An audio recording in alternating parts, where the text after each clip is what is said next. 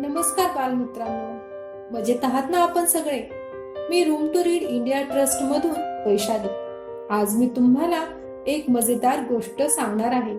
आपल्या गोष्टीचे नाव आहे माठ आणि भाषांतर केले आहे सुमित्रा आष्टीकर यांनी. मित्रांनो, या गोष्टीतील सुंदर चित्रे काढली आहेत सीमा जबी हुसेन यांनी. चला तर मग ऐकूया एक सुंदर गोष्ट माठ. गोष्टीत आहेत साहिल, बाबा, आई, निगार.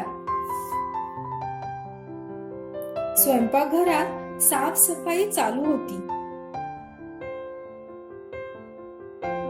बाबांनी मोठी भांडी बाहेर काढली. बाबांनी डबे धुतले. मग बाबांनी घंगाळं धुतली. निगारनेही भांडी धुतली. साहिलने भांडी लावली. अचानक एक उंदीर भांड्यांच्या दिशेने पळत गेला.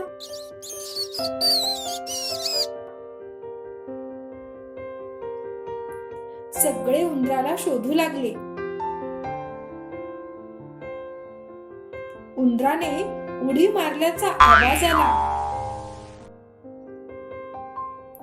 निगारने आवाजाचा कानोसा घेतला. साहिलनेही आवाजाचा कानोसा घेतला. घंगाळ उलटी करून पाहिली. डबे उलटे करून पाहिले. माठ उचलून पाहिला. उंदीर पटकन पळाला. तर मग बालमित्रांनो, आवडली ना गोष्ट? चला तर आपण यावर थोड्याशा गप्पा करूया. मला सांगा, गोष्टीमध्ये बाबा आणि साहिल कोणकोणती कामं करत आहेत? तुम्ही तुमच्या कुटुंबाबरोबर मिळून कोणतं काम केले आहे त्याचा अनुभव स्वतःच्या शब्दात लिहा. मी पुन्हा परत भेटेल अशाच एका नवीन गोष्टी बरोबर.